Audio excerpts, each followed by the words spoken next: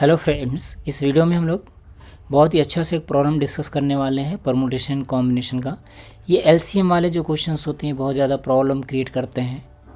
तो चलिए इसको देखते हैं किस तरह से करेंगे हम लोग।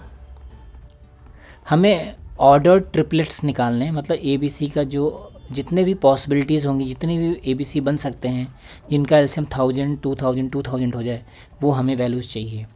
तो जैसे एलसीएम ऑफ ए बी लिखा हुआ है 1000, तो इसके पहले प्राइम फैक्टर्स लिख लीजिए। तो यह जाएगा 2⁻3, 5⁻3। इसी तरह से हम लोग लिखा एलसीएम ऑफ बी सी 2⁻4, 5⁻3। ऐसे ही LCM of A C is 2⁻4, 5⁻3। अब ये देखिए सभी में 5⁻3 तो है ही, है ना, बट 2⁻4 सिर्फ इसके अंदर है या इसके अंदर है। तो इसका मतलब यहाँ से हमें ये कंफर्म पता लग गया कि जो C है वो 2⁻4 ही होना चाहिए। अगर B 2⁻4 हो गया तो ये वाला एलसीएम गड़बड़ हो जाएगा, है ना। तो इसका मतलब C क्या होना चाहिए, 2⁻4 होना चाहिए। अगर C 2⁻4 है तो क्या होना चाहिए, जो B है या जो A है ये 2⁻3 होना चाहिए, है ना। तो यहाँ पे हम लोग क्या लिख देंगे, दिस इज A इज़ 2⁻3, तो B की क्या पॉसिबिलिटी है, B कैन बी 2⁻0, 2⁻1, 2⁻2, 2⁻3, ये पॉसिबिलिटीज़ हैं। ऐसे ही अगर B मान लिया 2⁻3 होता तो A क्या क्या पॉसिबिलिटी था, 2⁻0, 2⁻1, 2⁻2।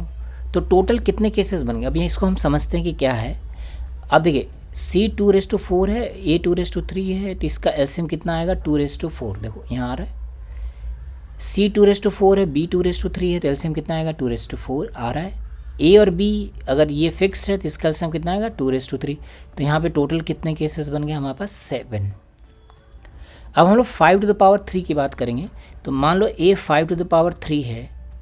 अगर A 5⁻3 है तो इसमें से किसी एक को और 5⁻3 होना पड़ेगा।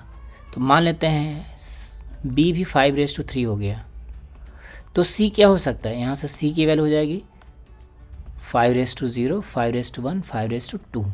5⁻3 वाला केस अभी नहीं ले रहे हैं। देन अगर A 5⁻3 है और C 5⁻3 है तो B क्या हो सकता है, B भी यही पॉसिबिलिटीज़ हैं, 50, 51, 52। ऐसे ही मान लीजिए B 5⁻3 है, C 5⁻3 है, तो A क्या हो सकता है, सेम टू सेम 50, 51, 52। ये 9 केसेस होगा। और एक पॉसिबिलिटी ये है कि तीनों क्या हो जाए, सेम हो जाए और सभी की वैल्यू 5⁻3 हो जाए। तो टोटल कितने केसेस बन गए, 10 बन गए। अब इसको हम लोग लॉजिकली समझें। जैसे ये दोनों अगर 5⁻3 हैं और C इसमें से कुछ भी ले लें तो देखिए हर एक केस सेटिस्फाई हो रहा है। जैसे यहाँ पे A और B इसके एलसीएम में 5⁻3, A और C 5⁻3, B और C 5⁻3। आई होप समझ में आ गया। तो इस तरह से हम लोग इसका वैल्यू निकाल सकते हैं। ये दोनों एंड के साथ मल्टीप्लाई हो जाएंगे तो हो जाएगा 7 × 10, टोटल 70 ऑर्डर्ड पेयर्स होंगे। आई होप समझ में आया होगा फ्रेंड्स। इसमें थोड़ी सा समझने के लिए आपको प्रायर नॉलेज की ज़रूरत है। यहाँ पे मैंने आपको समझाया, बट आप देखिए अगर आपको समझ में नहीं आता तो आप कमेंट बॉक्स में पूछिए, मैं आपको दोबारा से एक्सप्लेन करूँगा। Okay, thank you friends.